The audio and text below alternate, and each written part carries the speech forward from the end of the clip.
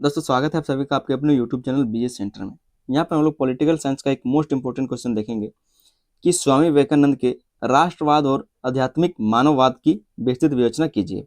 स्वामी विवेकानंद जी के द्वारा जो राष्ट्रवाद का विचार था, ठीक है, और जो आध्यात्मिक मानववाद का विचार था, उसके बारे में आपको विस्तृत विवेचन करने के लिए कहा जा रहा है। ये भी आपका एक मोस्ट इंपॉर्टेंट क्वेश्चन है।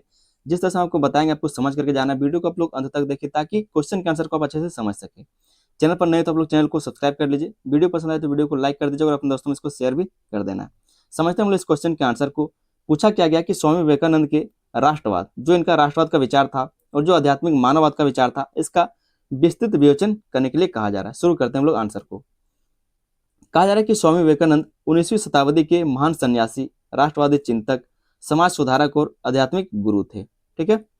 उनका जन्म 12 जनवरी 1863 ईस्वी को कोलकाता में हुआ। कोलकाता में इनका जन्म हुआ था 12 जनवरी 1963 को। आगे इसमें कहा जा रहा है कि उनका बचपन का नाम नरेंद्रनाथ दत्त था। इनका बचपन का नाम क्या था? नरेंद्रनाथ दत्त। वे रामकृष्ण परमहंस के प्रमुख शिष्य थे। ये जो आप परिचय देख रहे हैं, इसको थोड़ा सा आप लोग याद रखिएगा, क्योंकि दोबारा जो क्वेश्चन हम करवाएंगे आपको स्वामी विवेकानंद से रिलेटेड, उसमें भी आपको यही परिचय लिख देना है। आगे इसमें कहा जा रहा है कि उस समय भारत के अंग्रेजों के अधीन था। उस टाइम जो हमारा भारत था वो अंग्रेजों के अधीन था। भारतीय समाज में अंधविश्वास, जाति भेद, छुआछूत, गरीबी और हीन भावना फैली हुई थी।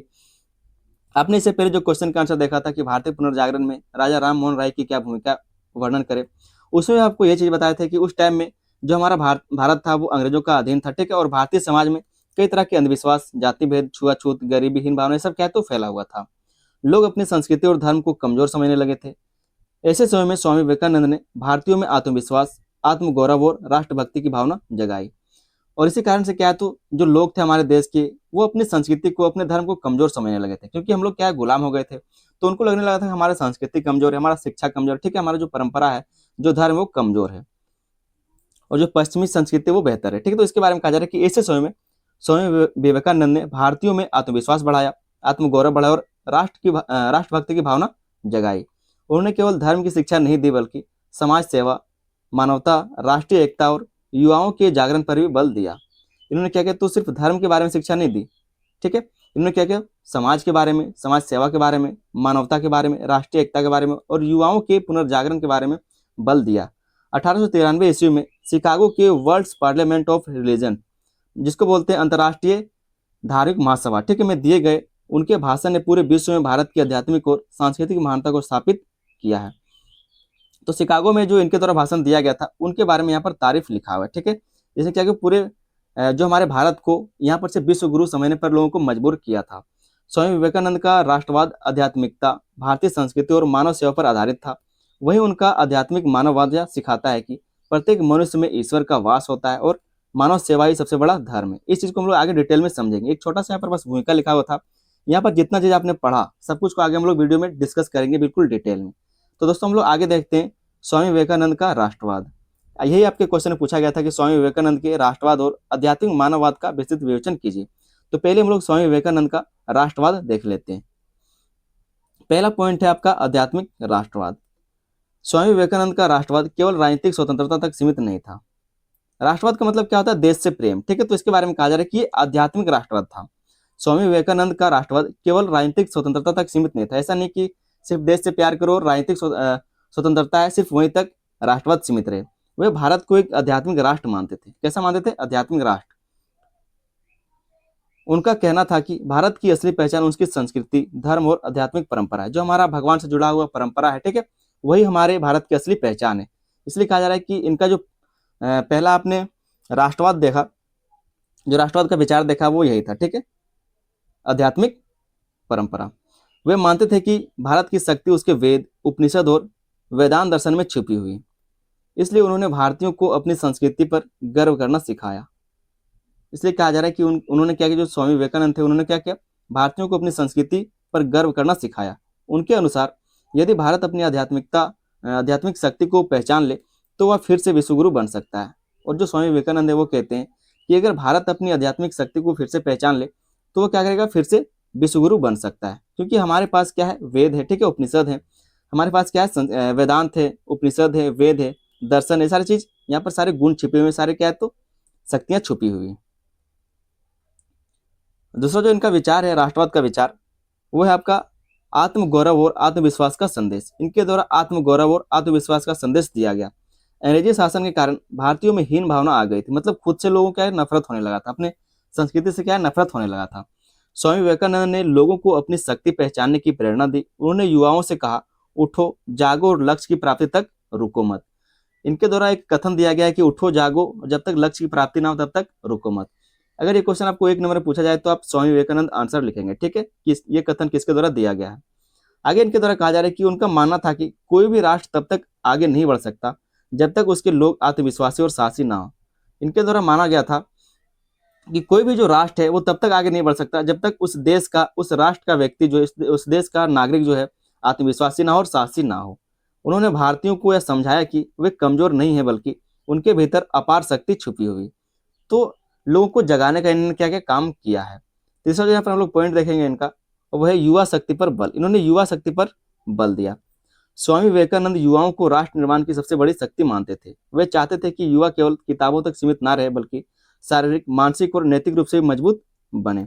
उनका मानना था कि मजबूत चरित्र और दृढ़ इच्छा शक्ति वाले युवा ही देश का भविष्य बदल सकते हैं। तो युवा शक्ति पर उन्होंने क्या क्या बल दिया था। उन्होंने कहा कि मुझे 100 ऊर्जावान युवक मिल जाए तो मैं भारत का भाग्य बदल दूं। इनके द्वारा यह कहा गया था कि अगर मुझे 100 ऊर्जावान युवा मिल जाए तो मैं भारत का भाग्य बदल दूंगा। इस प्रकार उन्होंने युवाओं में देशभक्ति और समाज सेवा की भावना जगाई। और जब ये बात कहा जाए कि अगर आप आपके जैसा मुझे 10 लोग मिल जाए तो हम अपने गांव का चरित्र बदल देंगे, ठीक, अपने गांव का नक्शा बदल देंगे, तो आप में खुद ही जोश आ जाए कि अगर हम लोग में इतना प्रतिभा है तो हम लोग खुद काम करते हैं, चलो कुछ करते हैं। तो इस तरह से उन्होंने क्या किया, युवाओं को जगाया। चौथा जो यहाँ पर हम लोग पॉइंट देखेंगे वो है गरीबों और दलितों के प्रति सहानुभूति। इन्होंने सिर्फ देश के प्रति या फिर राष्ट्र के प्रति या फिर किसी सिर्फ धर्म के प्रति नहीं बल्कि गरीबों और दलितों के प्रति भी सहानुभूति दिखाई। स्वामी विवेकानंद का राष्ट्रवाद केवल अमीर वर्ग के लिए नहीं था। वे गरीबों, मजदूरों और दलितों को राष्ट्र की वास्तविक शक्ति मानते थे। वे कहते थे कि जब तक समाज के गरीब और कमजोर लोग आगे नहीं बढ़ेंगे तब तक राष्ट्र की उन्नति अधूरी रहेगी। जब तक जो राष्ट्र है, जो देश है, उसके गरीब और जो मजदूर लोग हैं उनकी शक्ति नहीं बढ़ेगी, जब तक वो लोग आगे नहीं बढ़ पाएंगे तब तक जो हमारा देश वो आगे नहीं बढ़ सकता, उसकी उन्नति अधूरी रहेगी। उन्होंने गरीबों को दरिद्र नारायण कहा और उनकी सेवा को ईश्वर की सेवा माना। जो गरीब लोग हैं, जो मजदूर लोग हैं, तो उनको दरिद्र नारायण के नाम से संबोधित किया गया है। इसके द्वारा, स्वामी विवेकानंद के द्वारा। और कहा गया कि जो गरीब लोग उनकी मदद करना है क्या है, तो ईश्वर की सेवा माना जाएगा। अगला जो हम यहाँ पर पॉइंट देखेंगे वो है राष्ट्रीय एकता और भाईचारा। इन्होंने क्या किया, तो राष्ट्रीय एकता और भाईचारा को बढ़ावा दिया। स्वामी विवेकानंद जाति भेद, छुआछूत और धार्मिक कट्टरता के विरोधी थे। धार्मिक कट्टरता का मतलब क्या था, जैसे आप किसी एक धर्म को मानने वाले हैं और बाकी सभी धर्मों को आप बिल्कुल नहीं मानते, बिल्कुल घटिया समझते, तो उसको बोलते हैं धार्मिक कट्टरता, ठीक है। वे सभी धर्मों को सम्मान सम्मान देते थे, विश्वास करते थे। उन्होंने प्रेम, सहिष्णुता और भाईचारे का संदेश दिया। उनका मानना था कि भारत की सबसे बड़ी शक्ति उसकी विविधता में एकता है, ठीक है। तो उनके द्वारा जो स्वामी विवेकानंद थे उनका मानना था कि भारत की सबसे बड़ी शक्ति क्या है, तो उसकी विविधता में एकता। मतलब यहाँ पर बहुत सारे धर्म के लोग रहते हैं, बहुत सारे जात, भाषा, बोली के लोग रहते हैं, फिर भी यहाँ पर क्या है, तो एकता देखने को मिलता है। तो ये सबसे बड़ी शक्ति है भारत की। शिकागो धर्म सम्मेलन में उनका भाषण भारतीय संस्कृति की महानता का प्रतीक बन गया। जो शिकागो में धर्म सम्मेलन किया गया था, अंतर्राष्ट्रीय धर्म सम्मेलन जो किया गया था, उसमें जो इनके द्वारा भाषण दिया गया था वो भारतीय संस्कृति की महानता का एक प्रतीक बन गया। तो हमने यहाँ पर कुछ पॉइंट को देख लिया जो इसका राष्ट्रवाद का विचार था। आगे दोस्तों हम लोग देख लेते हैं स्वामी विवेकानंद का आध्यात्मिक मानववाद, ठीक है। स्वामी विवेकानंद के आध्यात्मिक मानववाद को हम लोग समझते हैं। आपके क्वेश्चन पूछा गया था कि स्वामी विवेकानंद के राष्ट्रवाद और आध्यात्मिक मानववाद की विस्तृत विवेचना कीजिए कि जो स्वामी विवेकानंद है उनका राष्ट्रवाद क्या है, उनका आध्यात्मिक मानववाद का मतलब क्या है। तो यहाँ पर हम लोग देखते हैं आध्यात्मिक मानववाद का पहला पॉइंट वो है प्रत्येक मनुष्य में ईश्वर का वास। ये मानते हैं, जो स्वामी विवेकानंद है वो मानते हैं कि सभी मनुष्य में क्या है, तो ईश्वर का वास है। स्वामी विवेकानंद वेदांत दर्शन से प्रभावित थे। वे मानते थे कि हर मनुष्य के भीतर ईश्वर का अंश मौजूद है। सभी में क्या है, तो ईश्वर का अंश, मतलब जो आत्मा है हमारा वो कहीं ना कहीं तो क्या है, परमात्मा का एक भाग है, एक अंग है। आगे इसमें कहा जा रहा है कि इसलिए किसी भी व्यक्ति के साथ जाति, धर्म या फिर गरीबी के आधार पर भेदभाव नहीं करना चाहिए, क्योंकि हमारे में क्या है, ईश्वर का वास है। सभी मनुष्यों में क्या है, तो ईश्वर का वास है। उनके अनुसार, जो स्वामी विवेकानंद है उनके अनुसार कहा जा रहा है कि जीव सेवा ही शिव सेवा है। ये स्वामी विवेकानंद जो वो कहते हैं कि जीव सेवा ही शिव सेवा। मतलब अगर आप किसी व्यक्ति का, किसी भी गरीब मजदूर का, किसी भी का भी क्या करते हैं, अगर सेवा करते हैं तो वो आपका शिव सेवा का मतलब कह सकते हैं, भगवान का पूजा आपका वही होगा। अर्थात मनुष्य की सेवा करना ही ईश्वर की सच्ची पूजा है। अगर आप मनुष्य की सेवा करते हैं तो वही आपका ईश्वर की सच्ची पूजा कहलाएगा। दूसरा जो इनका आध्यात्मिक मानववाद था वो था मानव सेवा को सबसे बड़ा धर्म माना। इनके द्वारा मानव सेवा को सबसे बड़ा धर्म माना गया। स्वामी विवेकानंद केवल पूजा पाठ को धर्म नहीं मानते थे, बल्कि उनके अनुसार भूखे को भोजन देना, गरीबों की सहायता करना और दुखियों की सेवा करना ही सच्चा धर्म है।